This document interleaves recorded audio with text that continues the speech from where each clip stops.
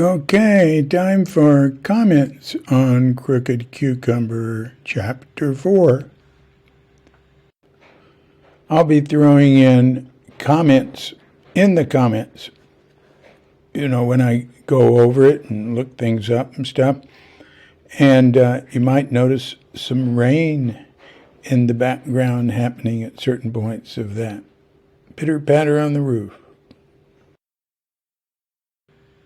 So one thing about Chapter 4 here is I recorded it with the fan on. I don't have the fan on now, but, I was reading a whole chapter, and it was just, there's a ceiling fan above me. I have the other fans off. I have the doors closed, but I can hear it back there. It sounds, it's very low, and probably you won't notice it. It sounded to me a little, I kept hearing something like somebody smacking their lips a little bit. And I realized after a while, that's the fan going around. Oh, well. And I tried to take it out with noise reduction, but I don't, and it took it down a little. All right. So anyway, not a tremendous amount here in comments, although I'll probably drag it out. So the first thing I noticed is that the book itself has a misspelling. And I thought, it must just be in my file here. And then I went and looked. The whole book's on Cuke.com. I went and looked at that chapter on Cuke.com. Same misspelling. And then I opened up the book. Same misspelling. Another errata we hadn't discovered. And that is the spelling, and it's Japanese. Why didn't the Japanese translators tell me? Well, they don't have to worry about it. They don't use letters, and they know it's not really hidden. It's Daihonzan is the correct spelling. Daihonzan. That's the name of this chapter is Great Root Mountain Temples. Something like that. Nope.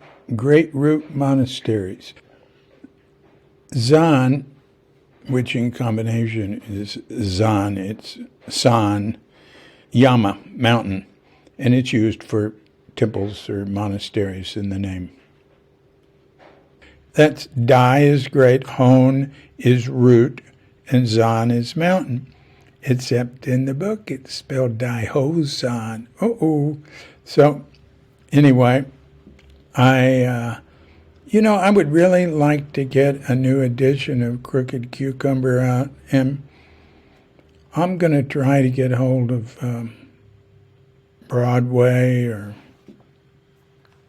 Michael Katz says it's Crown. Probably I'll get hold of Crown. God, they all, it's Penguin, Random House, and I wonder if Bertelsmann in Germany still owns them. And then Crown, they were all different, and they all just joined together. Not good. The elimination of the weakening, the thinning out of small publishers. But, there's a lot of people like me that I have a little publishing company, Cuke Press. Hey, you can order a brief history of Tassajara, from Native American sweat lodges to pioneering Zen monastery. Order it now. Published by Cuke Press. All right. So the next thing, I wanted to mention something about seniority. It said, so Shunryu said Eiheiji now, right? And it said he will have the same Eiheiji birth date as the monks that are with him, and that's, establishes the seniority there. That's very, very important, especially in Japanese society, but also in Buddhism. I think my friend Monea, who's a Theravadan monk from, good Lord, where's he from? Ohio or something. We're going to have him on reading a poem in a while, and I published a book of his poetry on Cuke Press, Monea Chronicles. anyway, he says that the only hierarchy in Buddha's order was seniority. There weren't any positions other than that. Well, I said, well, what about when you became an arhat or something? Well, I don't know how that worked out. But, so that's important there at Eiheiji. After Eiheiji, I don't know. It's sort of like college seniority, I think. But one thing in Japan, it's a big deal. The senior is the senpai, and the junior is the kohai. And I've heard a lot of hazing stories, very serious hazing stories. And the senpai kohai thing follows you all your life there in your relationship to who you were with in that monastery or that university or whatever. I've had, adults in their 50s introduce me to a friend of theirs saying it was their senpai. And I've heard, I remember Richard Baker telling me, talking about looking down at a school and watching these kids and seeing the older kids, harassing the younger kids. And this was going on all over, that with the boys, probably more subtle with the girls.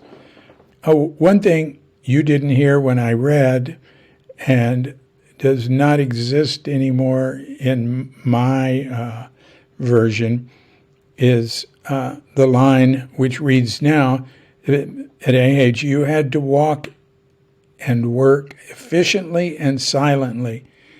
Now, in the book, I originally wrote efficient. Initially wrote you had to walk and work slowly.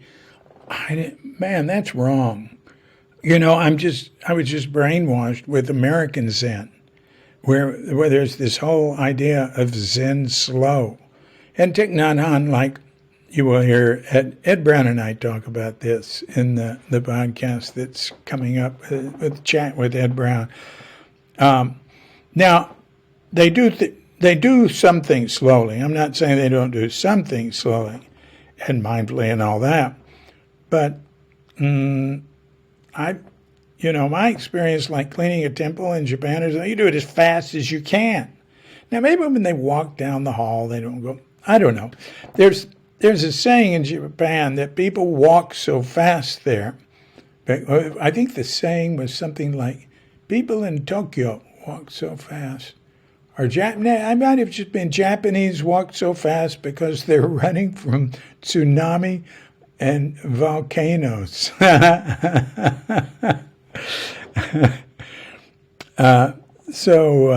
Anyway, the whole thing, saying slowly, was just some idea that was stuck in my head that shouldn't have been there then. I knew better at that time.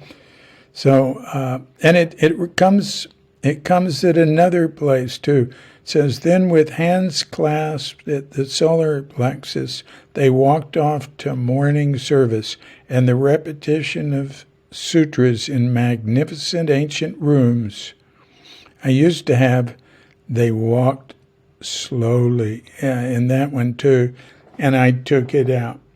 I don't know when they walk slow and when they walk fast at AAG. It was just, I shouldn't have said it. All right. Now, so then we get to Kitano, who was this teacher there. He just calls him Kitano. I've got his whole name here. Kitano Gimpo. Oh, I should be saying the family name first and given name or the Buddhist name second. It's like official now in Japan. And but I am not doing it because the book didn't do that. At some point I should switch. It said Kitano had been, now he was the abbot of Eiheiji, right? And then Suzuki talked about being so old he looked like he was sick and falling down, ready to die every time he bowed, but he'd get up. And Suzuki was just so impressed with him. If he led a service or just watching him bow, it just mesmerized him. And I can appreciate that. I've had that experience with some old people. There was a guy, I used to play tennis. I played tennis a lot when I was a kid. It was great. because I got to skip PE, physical education, in the 8th, 9th, 10th, 11th, 12th grades because I was on the tennis team and the coaches didn't know heck about it. So I went to the country club. Every day I got out early from school, and I had a car. I was driving to school. My sister and I had a car starting when I was in the 8th grade. And I had a beginner's license then, and I can remember driving to school in that car, little four-door 57 Chevy, in the 9th grade. I can remember driving to school in it. Isn't that amazing? Yeah, I was a legal driver at 14. Oh, God. I could tell you a story about that, man. Yeah, I might as well. Hey, I was in New York with a family reunion and in Rochester. And my mother's family is German-American. And her big sister, Brunhilde, we call her Bruni. Mother's Adele, and their last name's Reich, but we said Rich. Bruni, mother married a regular old southern mongrel like me. And just another southern white guy, right? And they all have sort of mixed blood from, Europe and this and that. There's usually some black and Indian blood and stuff. None of that showed up in my sister, though. She had like 99.98% European. All right, so I was up there in New York, and Uncle Carl Plager, very Germanic American uncle, and a disciplinarian.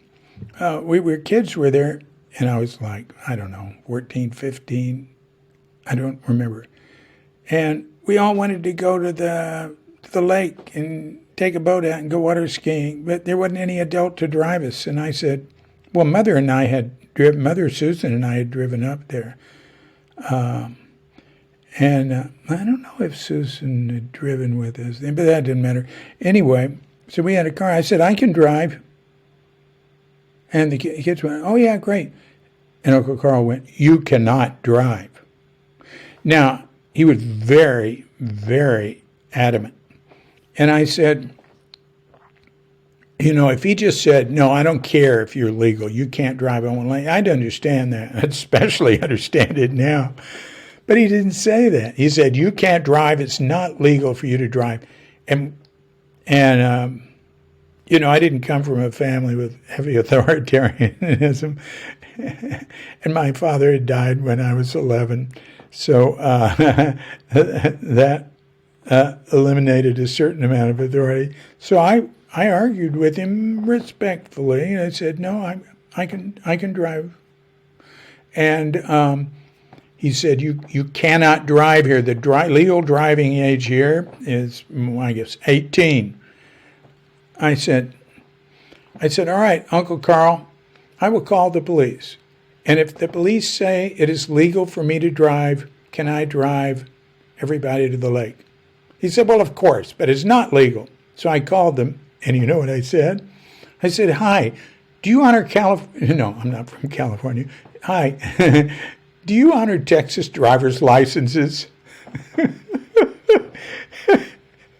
I said, "Carl, they honor Texas driver's license." He said, "Yes, but you're underage." He said, "Let me talk to them." So I got to drive him.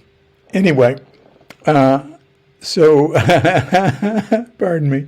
So back to, what on earth was I telling you about driving to junior high school for? I have no idea.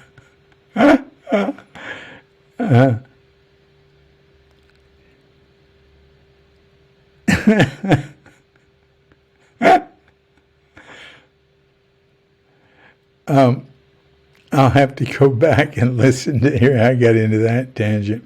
All right. So anyway, so he was really into Kitano. Oh, I know. They're respecting older people. So at the country club, where I went every day after school and on weekends, there was a man who was like 92 years old who would play tennis with us. And I just loved him. And when he came up, I just felt good. And when he talked, I was mesmerized. There was something about his vibes that, I didn't know what it was, but I still remember it. They were wonderful. And he could still play tennis. I want to play tennis, but my internist, he's not my internist, my digestive doctor, here, that's the way they classify it, says, with my hernia, he didn't want me. He didn't want me doing that. He said it's too worried. He didn't want me to do rough things like that. So that's too bad. But I might start another time. But anyway, so Kitano, it says, was at some point. I said he was there was a whole mix-up.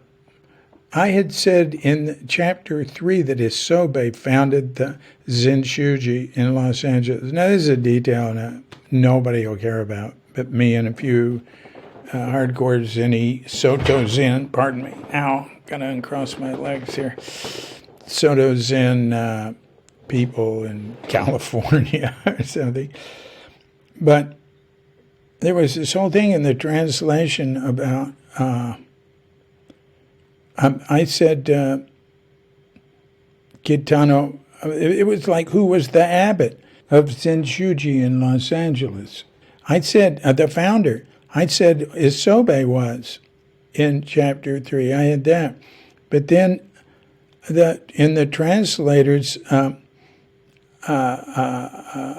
Akiba, who had been the bishop of Soto Zen in North America, and has a little zendo in Oakland, and married Yoshi from Yoshi's nightclub, and is pretty much retired there. He said, no, Kitano was the founder, and sent something that had founder, Kitano Gimpo. But then, all right, I was going to change it all and everything. But then I look on the Zen-Shuji website, and they have the founder is Isobe in 1922 in his apartment. So I think maybe what happened, and maybe I'll get to the bottom of this, is that Isobe started the ball rolling by having, and I think he was calling it Zen-Shuji in his apartment. And Zen-Shuji means Zen sect temple or Zen school temple. And you can see in 1922, where there was, I would imagine, no other Zen temple in America, he wouldn't have to say Soto Zen or this or that. He gave it a very general name, Zen sect temple. And then maybe when the temple, an official temple in LA was founded, in its own building, maybe at that point, Kitano was the first priest there, the head priest there. As a result of that, I keep changing them back and forth. So, what I've done is I've just called them there, like they were one of the founders or one of the early priests. I just say stuff like that. Another problem with using superlatives. If you don't use superlatives, then life is easier. So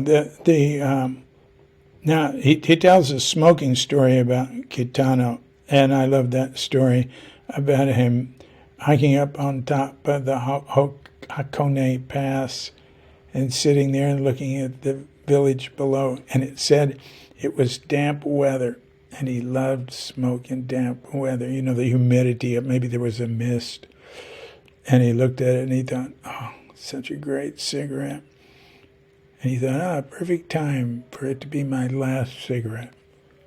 That's pretty good back then because there was not much of an idea that smoking wasn't good for you. Smoking in Japan was promoted by the government and then later in China. Big money in it. And I don't know if they're doing that in China now. But it was like, you know, in Japan, I mean, in China, it's like the government's making money off it, right? In Japan, the national tobacco whatever thing was it was like a government thing. It was like, I don't think they owned the businesses, but old people were saying, you know, it's the government wouldn't do that if it was bad for you. Because they really trusted the government. Now, a lot of them after World War II dropped that. Boy, I've sure talked to a lot of old people in Japan. They'd all be gone now, just telling me they hated the government, they hated the emperor, that their children died, and, you know, they lost their sons, and their daughter died in a bombing raid. Oh, man. So a lot of them didn't trust the government. But in general, the society that trusts and respects the government. So yeah, that's turned around now. But when I lived there, man, it was just a lot of people. A lot of the men smoked. A lot of the men smoked. My neighbor, oh my God, older guy, just had to listen to him cough all the time. Terrible. So, you know what it said about he loved smoke in damp weather? Well, I used to smoke, and that is so true. And one thing that made it hard to quit was living on the coast, living in, you know, in Muir Beach, where Green Gulch is. And I had a cabin down at Muir Beach too. And living in Bolinas. I lived in Bolinas for years. And I'd always have a place in the city or Green Gulch too, or down at the beach, Muir Beach. I had a little cabin at Yvonne Rand's. And cigarettes are so much better in humidity. And then I'd like to go to the desert. I could not stand cigarettes in Death Valley or in a desert. They're dry and harsh. There's nothing you could do. I mean, what would you do? You know, have a spray bottle of water or something and create a mist around you and dampen the cigarettes. Anyway, I really think, and I might be wrong about this. This is just my observation. I think nicotine is the greatest drug of all time. The only thing is it's not good for you.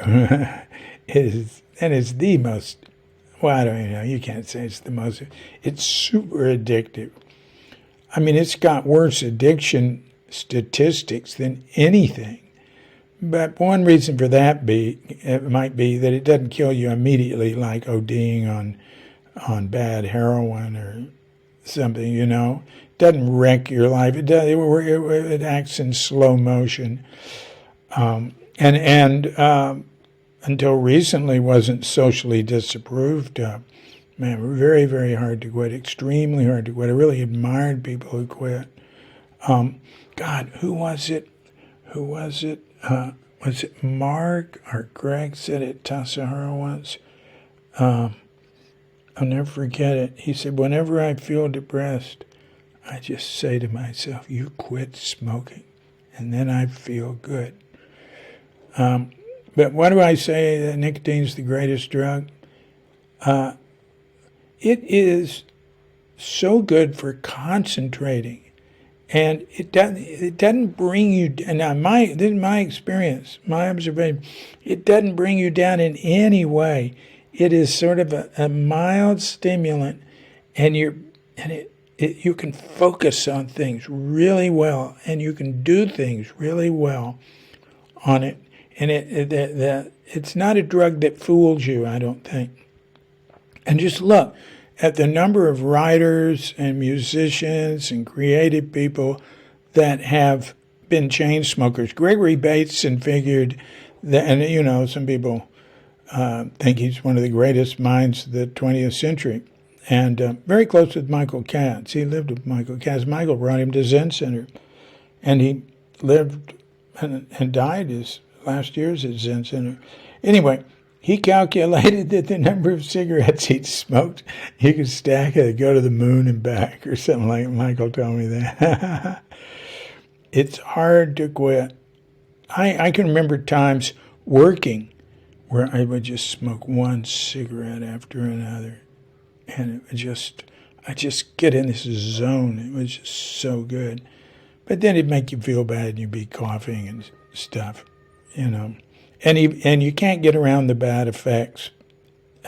You can make it less bad by, vaping and taking Nicorettes, but it's all bad for you. It's evil. You know what it does? It takes over your command center. So the same place that I'm going to quit, this will be my last cigarette, and you're absolutely positive. Same place that comes from then says, well, I don't know, maybe you can have one more. I got an email from, it's about 10 years ago, I got an email. They sent it out to their whole list. They said, I've been smoking for 20 years and I've got to quit. And I'm absolutely determined to quit. And I'm writing all of you to support me. And it was one of these emails where you can see all the CCs or maybe put everybody in the to list. And I wrote back and I said, he said he had quit and he wanted the support. And I wrote back and I said, yeah, that's really great. I think you can have one more, though.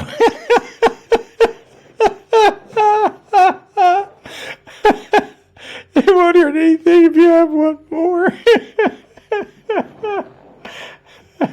And he wrote back with, thank you. I was taking it too seriously. Yeah, you got to do it. It's important. I'll tell the story of quitting things at some point. Okay, so moving on to the next thing in this very quick, brief comments on the chapter. Okay, here's the thing. Now, this is a real Zen thing, and it's to do with Zen Center. It says, at morning service, they would chant the names, at the end of the service. Well, toward the end of the service, they would chant the names of all the ancestors. You start off with the 7 Buddhas, Shakyamuni Buddha, and then the Mahayana lineage with Maya Kashyapa, which is not at all the Theravada lineage, And, it's well known that lineage is full of holes and they fill things in and stuff. But it's the spirit that is passed on. It's not all historically accurate. No religious stuff is historically accurate. That's not the point. Doesn't matter. Hang on there, boy. That's an absolute. I can't say that. Some stuff is historically accurate. But I was thinking about the myths and stories around religions, the spiritual teaching. I consider all spiritual teaching to be myth or mythic, not to be taken literally. It's hinting at something wonderful. So we shouldn't bring it down to earth, or like Pseudo-Dionysius wrote, the worst is describing the highest in terms of the lowest. He had 2 main warnings that, he's the early Syrian monk, like, 3rd, 4th, 5th century. He had 2 main warnings about understanding of spiritual teachings. He said in a letter to his brother Timothy that it's hopeless to try to communicate with those who can only see things in terms of individual being. And then what I said before, that even worse is those who speak of the highest in terms of the lowest. And that's literalism. Basically, he said you got to drop it all to keep ascending. So they chant the ancestors down to Keizan Jokin, And Keijan Joking is like, I don't know, 5 teachers after Dogen or something. I can't remember. The 2 great teachers historically in Soto Zen are Dogen Zenji, Dogen, the founder, who didn't want to found this sect. And he just wanted to teach that way, right? And Keizan. And why Keizan, and I think I put in there, yeah, I did, that Dogen is considered the father and Keizan the mother. Who told me that? I think Kobunjino told me that. And Keizan's the one that popularized it. Soto Zen is, it's got a lot of followers in Japan. Now, they don't necessarily know why they're following it, it's just what their parents did. It has to do with where, with memorial services and stuff like that. Like I've asked a lot of people, they'd say, well, I'm a Buddhist, but I'm not a very good Buddhist. Why do you say that? Well, I haven't offered incense to my ancestors recently. That's, run into that all the time. And then I'd say, well, what sect are you? Nanshu. And they'd say, I don't know. Really, I'd hear that. Right? They go, or they might know. They'd say, well, it's this temple over here. And I go, oh, that's Tendai, or that's Shingon, or that's Rinzai, or that's Soto Zen, or something. And, but Keizan popularized it. And he appealed to the peasants, to the poor, to the farmers. And he brought it. I really can't tell you, I can't give you in a nutshell Keizan's teaching, but that's what he's known for, and he is revered. So Keizan founded Sojiji, the other temple where Suzuki went. And his full Buddhist name that we chant is Keizan Jokin. So you can see why he was so popular, because everyone likes someone with a good sense of humor. Keizan Jokin. Now, then it says, but I didn't get to my Zen Center point on this. Oh, the whole thing. All right. So, and they chant the names of the ancestors down to Keizan, right? And then they go to their rooms. It says Kishizawa went to his room, but they all do. Pardon me. They all do. Ryogen Yoshimura told me that. He was one of the priests who helped us at Tassajara. Wonderful man. May he rest in peace. Of course, the young monks didn't have rooms. They slept in the zendo, which they call a sodo, or monk's hall. So I don't know what they did or where, or if they did it. But Yoshimura told me after the morning service, monks do that. And he said he'd go to his room and chant the rest of the lineage down to his teacher. They go to their rooms and they chant, or at least they should. We don't know because we can't see them. They chant the names. We know Kishizawa did because Suzuki saw him doing it. They chant the names of the ancestors from Keizan to their own teachers. So Kishizawa would do it to Nishiari Boksan. Now at Tassajara, at Zen Center, I remembered at Tassajara, and because I love going there in the summers. That's one of the main things I miss about America is going to Tassajara in the summers. I love it there. I'd do dishes. I'd still love to do dishes there. And I'd go for 10 days. Katrinka and I would go. Clay and I went many times. Kelly spent a lot of time, my older son, when he was growing up. It was an important experience for him. Kelly worked a lot. Clay worked a lot. Clay was a great worker. Clay would go to the zendo and services and everything. He likes to do what other people are doing. But anyway, the service there, they would chant in the zendo all the way down to Shunryu Suzuki. Now, I think that's a mistake. They shouldn't do that. They should chant it to Keizan Joki, just like at Eheji. Why?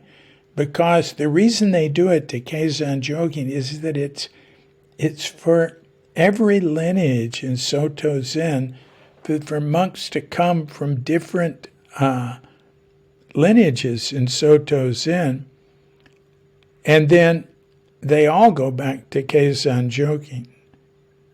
But they don't, that like at Tassajara, it should be open to people from other lineages. And even if that doesn't really apply so much in America, I think it would be the right thing to do.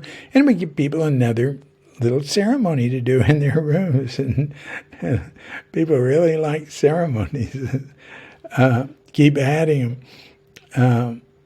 So that's just some point I wanted to make. I have never checked that with I might have mentioned it, but I've never really checked it with, I consider the ultimate authority in America to check with something like that would be Shohaku Okamura in Indiana. I have great respect for. You'll hear a little more about him on Saturday the 30th when Taigen Dan Layton's chat goes up. He and Taigen have worked together on translations. So Sesshin, now it says literally a mind gathering. Why did I say literally a mind gathering? Because that's what I'd been told. Did I check up on it? Even though I had studied tons of Japanese and had studied the characters and everything?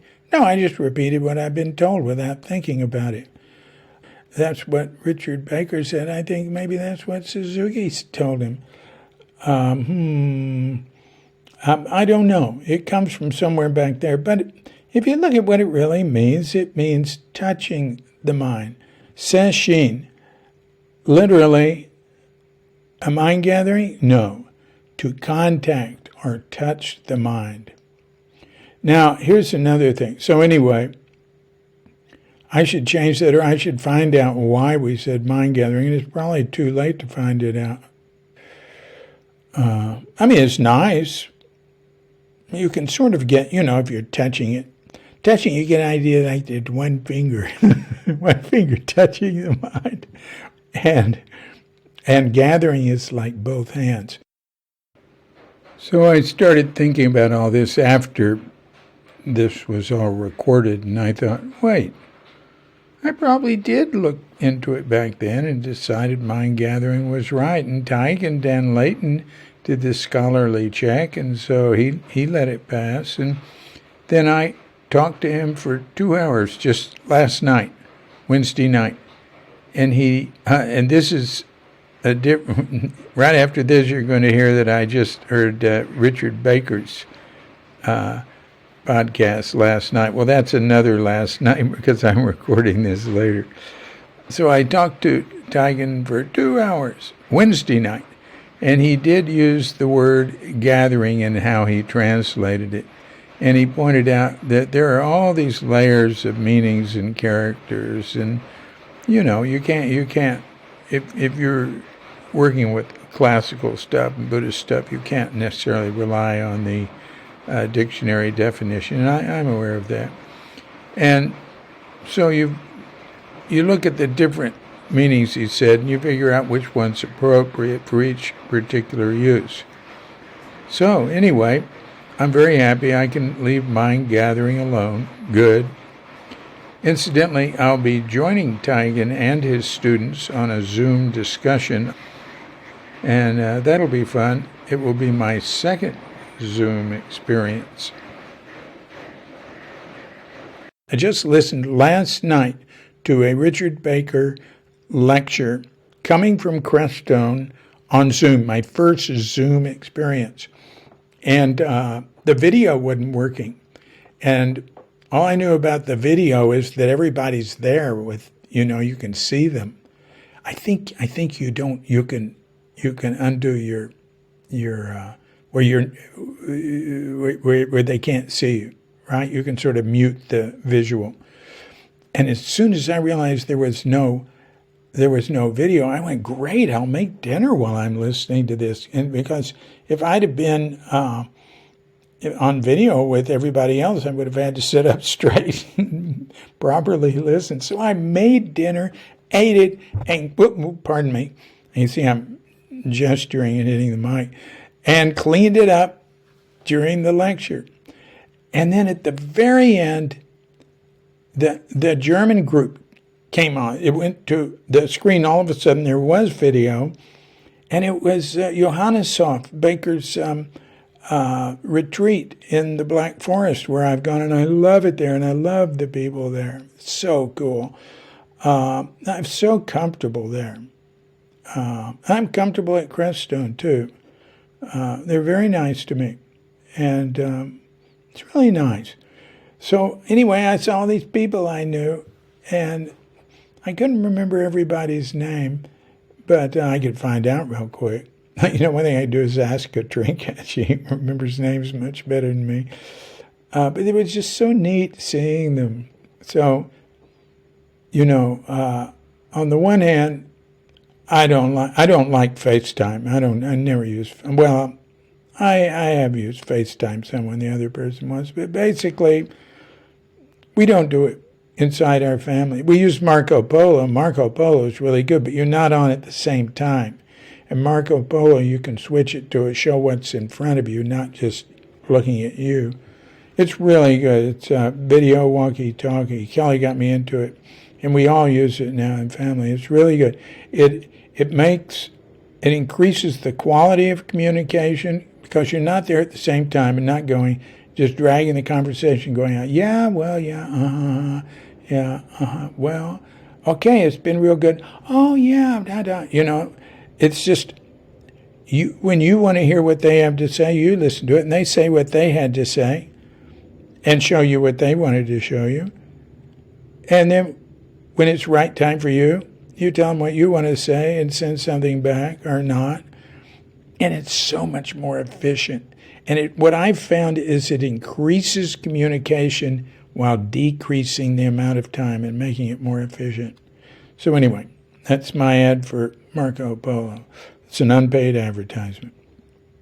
Sesshin, I haven't gotten to the second part of what I wanted to say about it, is they call it, you frequently see it translated or described as a mind-heart gathering, or to touch the mind-heart, or to touch the heart-mind. Now, that character, the Chinese character is heart. It does mean heart in the sense, not in the sense of your physical heart, even though the character is heart. Your actual physical heart in Japanese. Shinzo. And the shin in Shinzo is heart, the same one. When Suzuki Roshi said big mind, he didn't say big heart mind. The word mind is constantly used by Buddha. It's used in the sort of Christianity I grew up in, which is what I call mind only. Mind, we use the word mind instead of God. And Buddha used the word mind really instead of Buddha a lot, instead of Buddha mind. And then Bodhidharma said, somebody asked him, what is mind? He says, what is mind? Mind is that which is asking what is mind. I think, listen, I'm remembering way back. When you say shin, like sesshin, that's in combination, they use the Japanized Chinese. That's the shin. But if they're using it by itself, they use the Japanese word kokoro. So then I go, all right, let's see. Kokoro, I use it for mind and heart. They definitely use it for heart, like feeling, heart. So I look it up. It says heart, mind, mentality, emotions, feelings. All right, so why don't we say sesshin means touching heart, mind, mentality, emotions, feelings. No, I think we should pick one and say mind. I think it's better. And keep in mind that the character is heart. Now listen, here in Bali and in Indonesia, the word for heart, physical heart, is jantung. But the word for emotional heart is hati. And you know what hati means? It means liver. I mean, that's the word. If you go to the doctor and say you think you got a problem with your liver, you say hati. But if you're telling someone to be careful, you say hati hati. And anyway, hati's used like for emotional heart. And bike hati, bike is good. Bike hati, good heart. It's a nice thing to say about somebody that they have a good liver. We're talking about the mind, like big mind. So then I look up the Pali and Sanskrit. So let me read you what I got there. Chitta, Pali and Sanskrit, C-I-T-T-A-C, C-H, like in Indonesian, C is C-H. Chitta, Pali and Sanskrit, is one of three overlapping terms used in the Nikaya to refer to the mind, the others being manas and vijnana. Each is sometimes used in the generic and non-technical sense of mind in general, and the three are sometimes used in sequence to refer to one's mental processes as a whole. Their primary uses are, however, distinct. The Pali English Dictionary translates chitta as heart or mind, emphasizing it as more the emotive side of the mind as opposed to manas as the intellect or the sense of what grasps mental objects. Chitta is the object of meditation in the third part of Satipatthana, also called the four foundations of mindfulness. Chitta primarily represents one's mindset or state of mind, blah, blah, blah. And anyway, all right, well, I don't want to get down to the other one. Regarding volitions, there is similarity between vijnana and chitta. They are both associated with the qualitative conditions of a human being. Vijnana provides awareness and continuity by which one knows one's moral condition, and chitta is an abstraction representing that condition. And then there's hridaya, and it's Sanskrit. The only place where I know it used is in the name of the Heart Sutra, the Prajnaparamita Hridaya Sutra. We don't say the Mind Sutra, we say Heart Sutra, and hridaya also means heart or mind, and it means the spiritual heart. In this instance, I always thought of it meaning the core, the nugget of the Prajnaparamita Sutra, because the massive Prajnaparamita is multiple volumes, and then there's various reduced versions, and that's the heart of it. So sometimes we say heart, and sometimes we say mind. And it's good to know both are conveyed, but I think it's best usually to choose one or the other.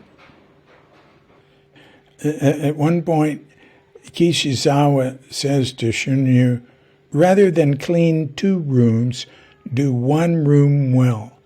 Light 1 corner of the world. This, I'm just going to read you straight out of wherever I got this. This saying is from the founder. Oh, this is from Peter. This is from Peter Schneider. You know why he sent me this? Because I put out a book on vignettes about Shunryu Suzuki, to shine 1 corner of the world, teaching stories and anecdotes of Shunryu Suzuki. Oh, no, that's the Shambhala version of it. To shine 1 corner of the world, moments with Shunryu Suzuki is what it was originally called when it was Broadway, and now it's Shambhala, as Zen is right here. So Peter did not want me to name it that. He says, That's not Suzuki, that's Tendai, that's Sacho. And I said, well, it's just something he said, and, almost everything he said came from somewhere else, came from China or Dogen or something like that. I mean, we didn't realize the extent to which a lot of what he said wasn't original. He was very original and creative and spontaneous. But he was bringing us what he had learned, which was a substantial amount. And he comes from a tradition where they pass on wisdom from the past. So I thought it was all right. So here's what Peter wrote. This saying is from the founder of Tendai in Japan, 806. So that's before Dogen. Saicho, or Dengyo Daishi, and is very familiar to me because it was written on a sign for a Tendai high school in Sakamoto, that's where Peter lived, there near Kyoto, that I passed, Peter and Jane, that I passed whenever I went to teach Ichigo o Terasu. So in the Tendai sect of Japanese Buddhism, there is a phrase, I'm getting this from somewhere else. In the Tendai sect of Japanese Buddhism, there is a phrase, Ichigo wo terasu, to light a corner of the world, from which came the proverb, a person who lights up a single corner is truly a national treasure. And here's another quote about it. Under the auspices of Reverend Yamada, the Tendai sect, which has inherited Saicho's lamp of truth, has initiated a light up a corner of the world movement. This movement must not remain limited to the Tendai sect. All Buddhists must take part. 1989. So Yamada was the head of the Tendai sect, 1989. I think Tendai is the oldest sect of Buddhism in Japan, and it's very old. And its roots go back to China, of course. Okay, so anyway, you see they said it's not limited to the Tendai sect. All Buddhists must take part. So following Reverend Yamada's encouragement, I did that. So Suzuki says, about when he's talking about Miss Ransom, this is the last time he saw her when she visited him at Rinso Inn when he was there for Meiji. He says, and she went back to China. Man, wow. Let's just think of, in the 30s and 40s living in Japan and China. Amazing. After she went back to Tianjin, she sent me a picture of the same Buddha who had caused trouble between us. She had enshrined the Buddha in the wall where there was an alcove. And she said she was offering incense every day. That's amazing, huh? She wasn't really a Buddhist, but she appreciated it. She was always a Quaker. And people at Zen Center would say, oh, she was Suzuki Roshi's first convert and stuff like that.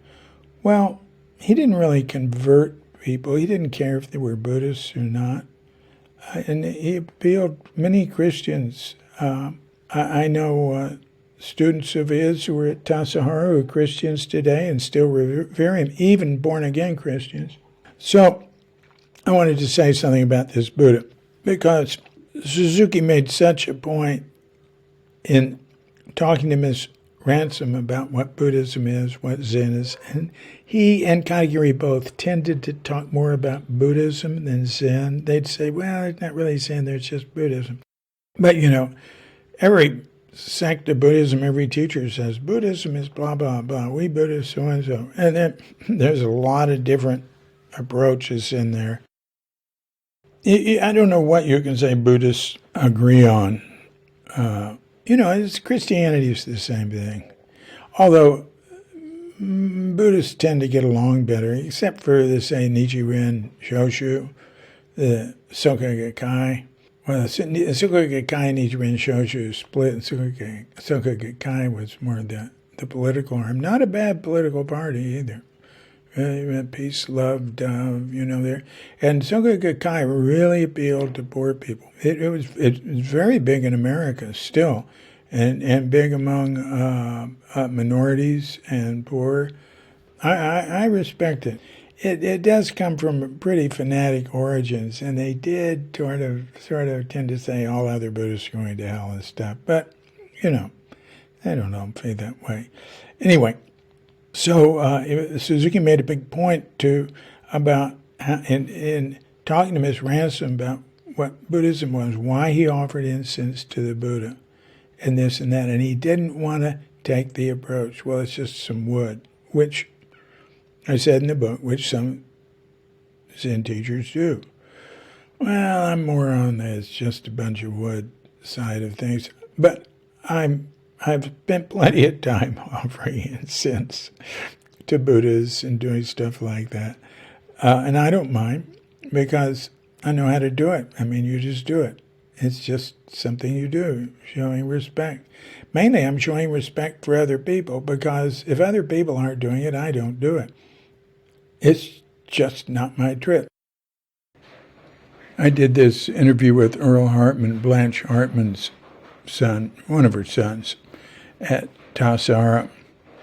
And Earl is a Kyudo master who's lived years in Japan, has a Japanese wife. He has his own Kyudo school. He's highly regarded. He knows Buddhism.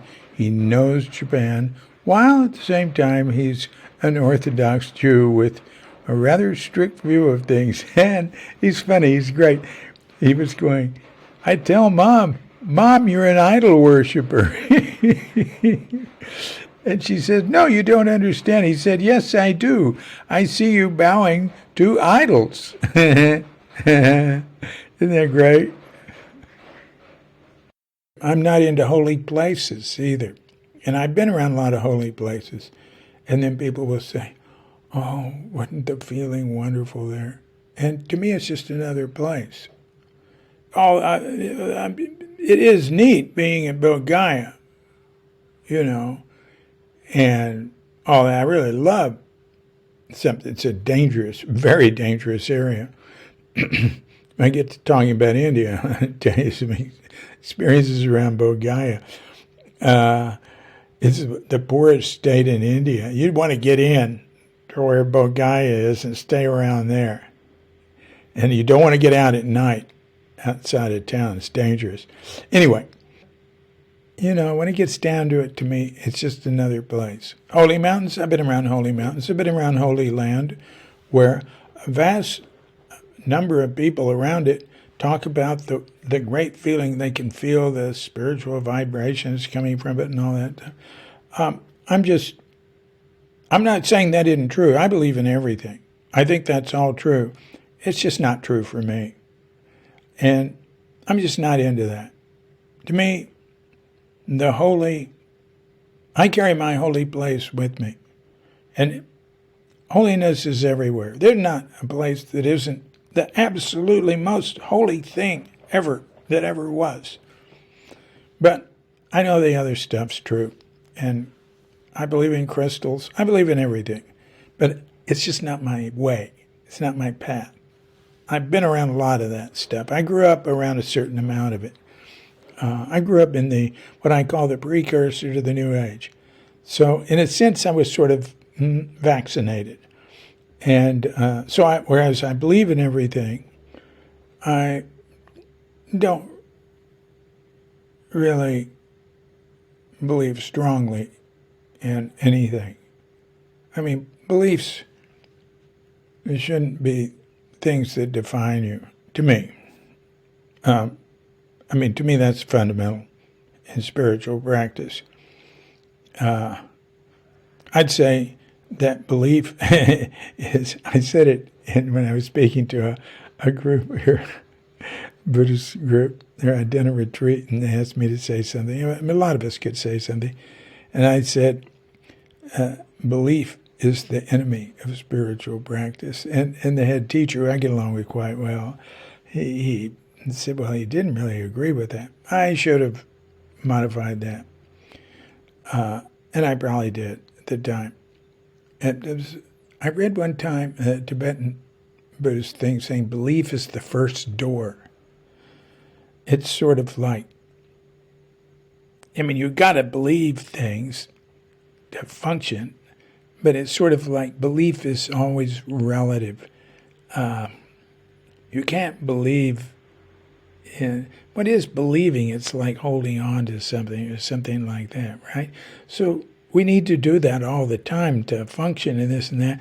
And, we hear about, so we hear about practice or whatever, and we move toward it. Well, all right. So with the first door, you get in there. To me, to go through that next door, you got to give up that belief. You'll have another belief. It's like having clothes on. You go in there with certain clothes. You got to take a layer off to go to the next one. Then you got to take a layer off to go to the next one. Like that. That's sort of the way I see it. And so it's okay to have beliefs. I mean, I believe a lot of things, but they're not important. If they're not true, I don't care. And this whole thing about science or faith, what a pile of crap. That there is absolutely no possible conflict with science and real spirituality. It is impossible. I mean, science is observations about phenomena and, measurements, things like that. And Dalai Lama would ask, what would he do if science disagreed with his religion? He said, well, the religion would have to change then. But I would say impossible because anything you believe that seems to have something to do with the phenomenal realm it's just myth, and that's another level. Science doesn't reach into the myth level. And religion, people's so-called religion that is based on believing things in phenomena, like certain phenomenal stuff has to be true. That's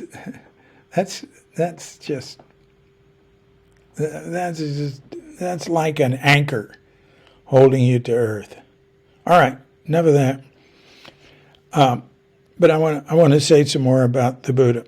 So I never have a Buddha. Well, if somebody gives me a Buddha, I'll put it up, and maybe I'll offer incense or something.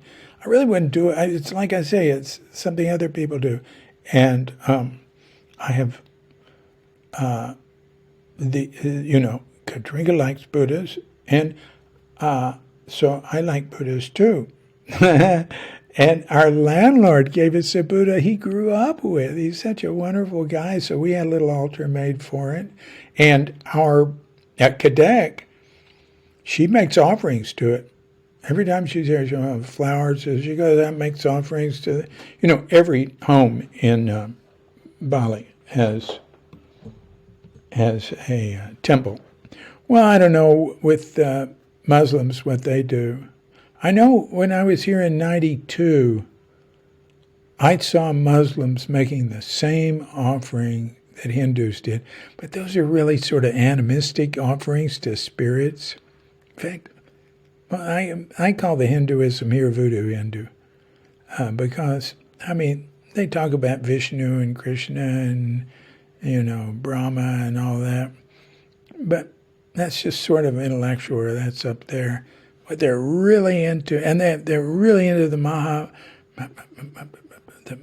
Mahabharata and the Bhagavad Gita, mainly the Mahabharata. All their ceremonies and all their dances are tied into the Mahabharata. I've got a big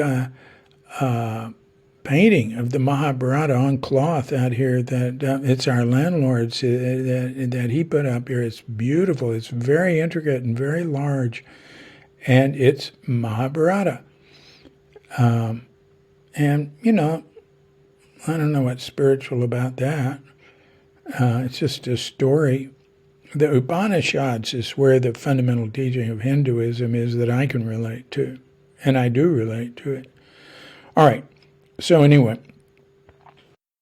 so I wanted to quote a little Suzuki here. So even though he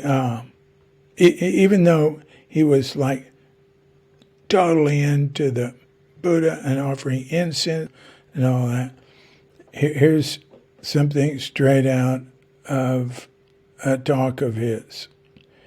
In our practice, we have no special object of worship. If so, our practice is something different from the usual practice. When we practice zazen, we limit our activity, our practice in the smallest extent, just to keep right posture and to be concentrated on sitting. This is how we express the universal nature or true nature. Then you become you yourself, become Buddha. You express Buddha nature, or true nature, or universal nature. So instead of having some object of worship, we limit. We concentrate our activity on some activity which we tackle. So when you bow, you should just bow. When you sit, you have to sit. When you eat, you just eat. If you do so, the universal nature is there. So another time he said, instead of having some particular object of worship, we just focus or pay attention to what's at hand, I don't remember how he said it, but that's the way, I got that. I dig that. So that's my Buddha. Now let's look at the word worship, because it's one of these words that, it comes out of our Judo-Christian tradition that makes people sort of uncomfortable. You go, worship, yeah, yucky. But what does worship mean? I mean, what can it mean? What can it mean to worship God? It means what's worthy. That's where the word comes from. What's worthy. What's worth your time? What's worth your attention? And what's worth your attention is God, is your absolute nature. All right, moving on from that. Okay, there's a little tiny point I just wanted to say. Here he is practicing at Eiheiji, and it's just going so great. This is real practice. And so someone says to him, he did not allow me to stay at Eiheiji so long time. 1 year is enough. You will become stinky Eiheiji student. That's enough. You should go to Sojiji. All right, that's what he said. He told that story a few times. It's not quite the one I used in the book, but extremely close.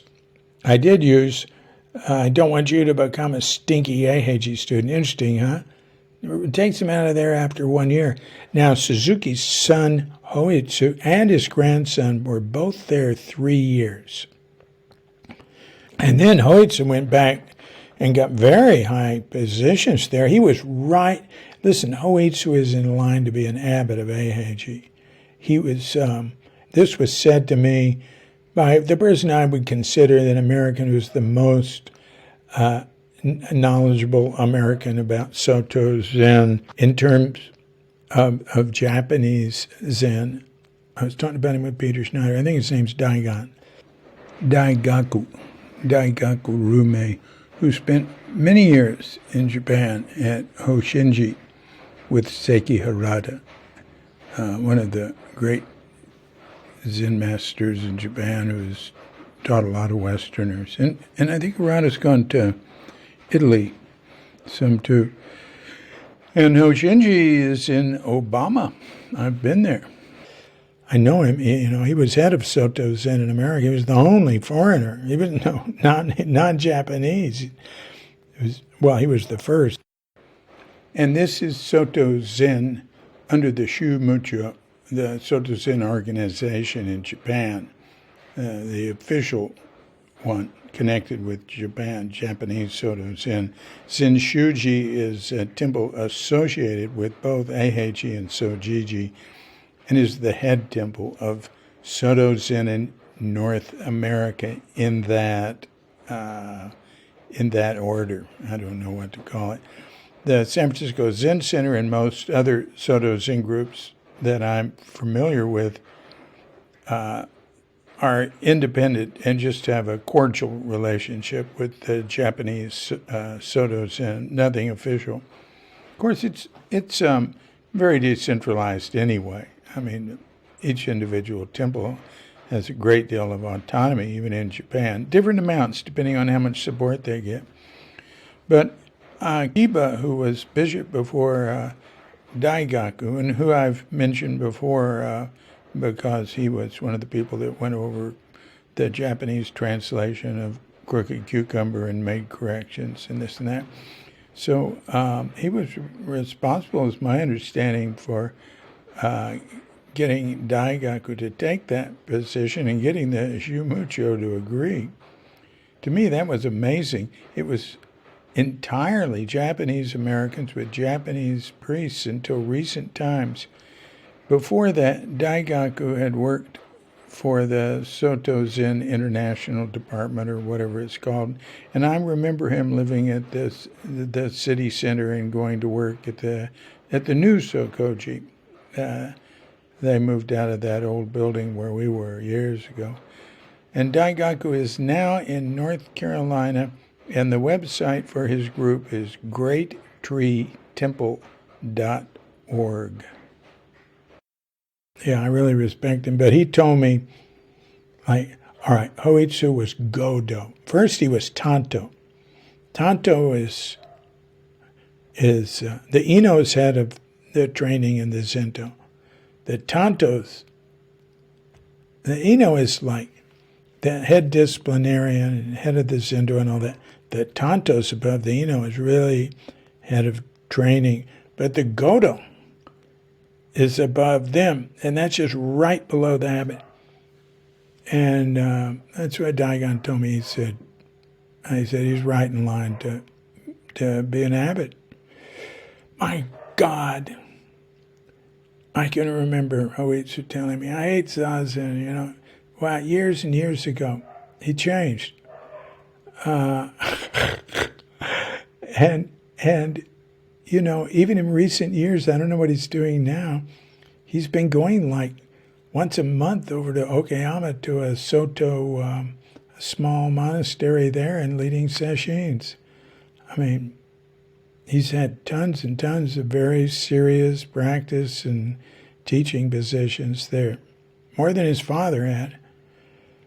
I mean, what people said about Shunryu Suzuki was that he didn't have any big positions in Japan. He wasn't really a Roshi who gave talks and lectures and stuff like that. And, I'd hear, they'd say, God, he was just a priest in a country temple, what's he doing starting a group in America? But that his reputation has changed some since then. So about it saying, you will become stinky Eiheiji student.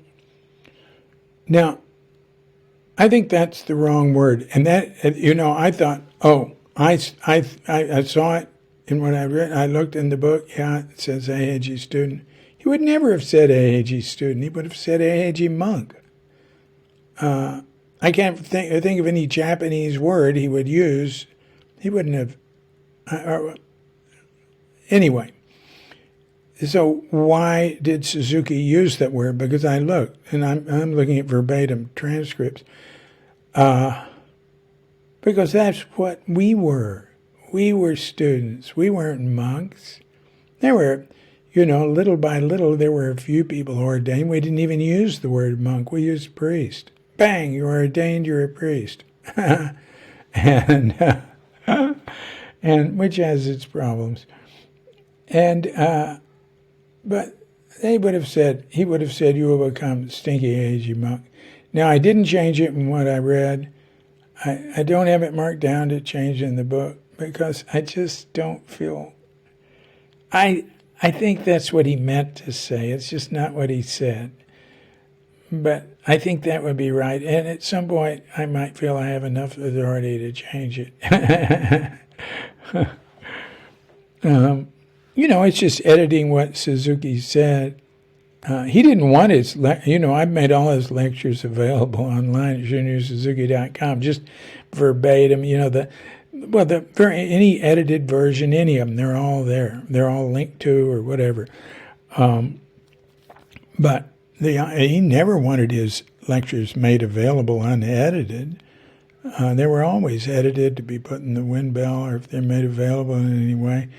But at a certain point, he lost his vote. And Zen Center lost, the people who felt that in Zen Center lost their vote. And, it's one of these things about, how much should a religious organization and senior priests and blah, blah, control what the rest of us can see. So I didn't believe in that. And Ed Brown and I talk about that in our little chat that's coming up in a few days. All right. Did you hear that little birdie? It sort of depends on what sort of speakers or earplugs or earphones you're listening on. But every once in a while there's that little bird in the background going, ah. That's higher than that. An octave above that or two. Very faint, but it's there. So then after Son tells Suzuki he didn't want him being a stinky Heiheiji monk. And then he did the same thing to him at Sojiji. He was just half a year at Sojiji. He goes, and he says, oh, this is great. This is perfect. I could just ride this out forever. And I know that feeling, man. I tell you, living at Tassajara, I just thought I could keep doing this forever. And sashins, too. Toward the end of the day, I just thought I could just keep sitting sesshin forever. I mean, it's painful and difficult, but feels good. I could just keep doing it. But you can't keep doing it. And great masters have told you, don't keep doing it. Suzuki, for one, some people wanted to sit forever, right? They wanted to sit all the time. Their idea was, the more I sit, the better. Because he did emphasize zazen a great, great deal. I mean, it was his answer to many, many questions all the time. But he didn't want us depending on zazen. And Richard Baker once in a lecture at Gringo said, all the Buddhas laugh at someone who depends on zazen. I thought that was good. Suzuki said, sesshin, 1 or 2 times a year. And what he wanted people to get into was daily practice, minute-to-minute practice, sit once or twice a day. And I know people who have been in Theravada monasteries and done 3-month practice periods. And the monks there say, a week? That didn't even count. You can't get anywhere in a week. You have to have like months of it, just straight. And, that might be true. But I never did that. I know a number of people who have. And some of them ended up being Zen teachers. Some of them remained loyal to Theravadan. But none of them I know have stayed doing that. They might say that's the only... And what they tend to do then is not sit daily and say the only thing that counts is sitting 3 months at a time. I'm more into... There's this wonderful Tibetan teacher in Richmond, Point Richmond, right over the Richmond Bridge from Marin County. I can't remember his name. I'll stick it in. Anam Thubtin, dharmata.org. And he gave a talk. I loved going to his Sunday talks. I just thought he was wonderful. And very popular Sunday talks in this beautiful old redwood church.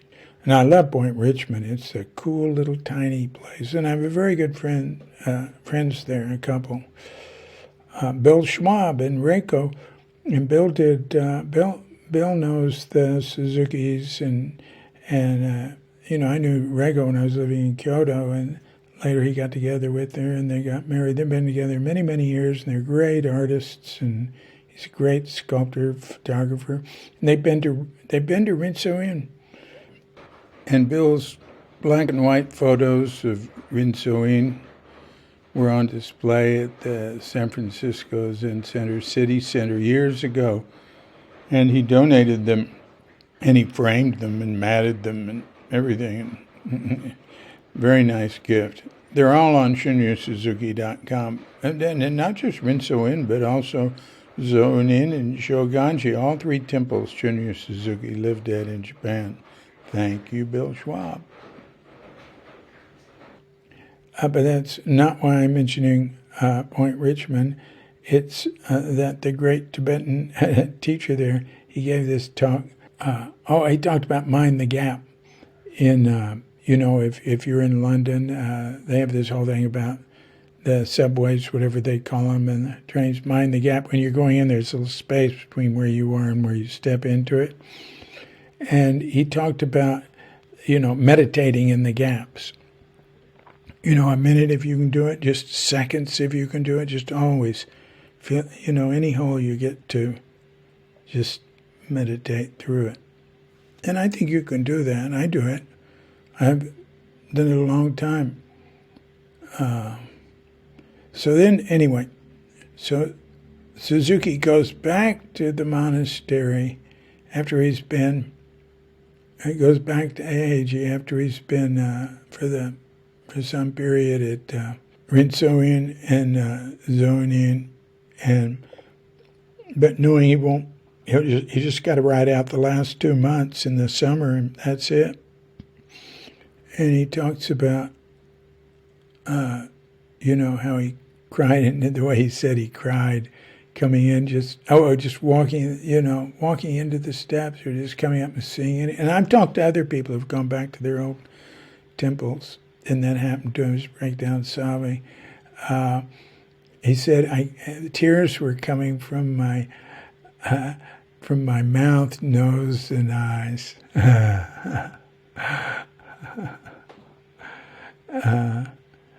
That's something that Japanese say. That's an old thing they say. I believe. That's how I remember it. But that's great. It really gives a feeling of, really crying. So, but then he says, really when we're practicing there, and I loved it when he said that, to us, it's nothing special. It's just, that's normal, usual life. When somebody comes from the outside, we think, oh, there's some unusual people. Is that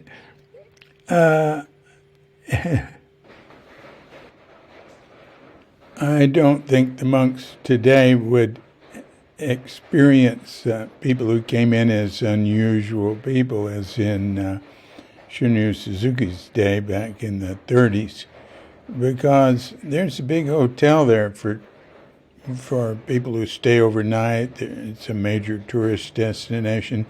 The hotel is more for people there on a sort of pilgrimage.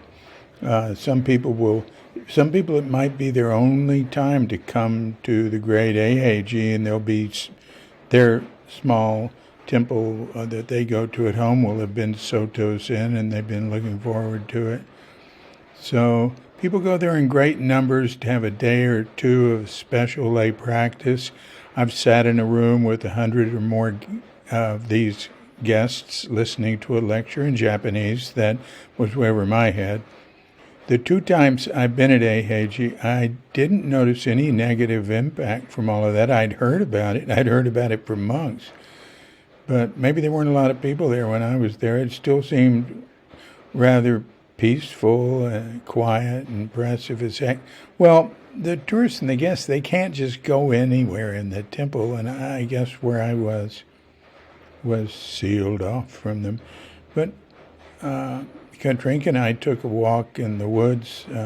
We were there a couple of nights, and the last morning we took a walk in the woods. There wasn't anybody. We didn't see anybody. We went up the road, People stay usually, their cars or their bus, their tourist buses, outside the front gate, and the road that goes up the mountain isn't anything they'd be using. And as for it seeming normal when you're there, Now, that's true, of course, and that's true for us, too, at Tassajara, and whatever you do. So that's one thing, but another thing is how moved someone can be returning to the place where one had an opportunity to practice in such a concentrated way with others for some extended period. Returning and in just remembering. I, of course, have experienced that. Like at Tassajara, people will come, and he said, the people coming from the outside get this deep, wonderful, reverent feeling. But those of us who are there living there, we're just living our life. We're not, not necessarily getting any of those deep, reverent feelings. But so that's what you want. You want to be there. That's really good, long enough to where it's just everyday life. But I will say that, I've spent lots and lots of time talking to my old friends who've been at Tassajara and other people who have been there and people who studied with Suzuki and this and that. And in my life, I've not experienced directly anything that people look back on so fondly and gratefully as they do practicing at Zen Center. Really, it pulls people's heartstrings. And this is a very high percentage of people who were there. Okay, that wraps it up for comments on Chapter 4. I don't know how much of this I'll leave in. Good Lord. Okay, I left almost all of it in. The tangents and the tangents off tangents. My apologies. So, thanks for joining in. I'm DC, the Poobah of Cuke Archives and Cuke Audio, wishing you a grand awakening.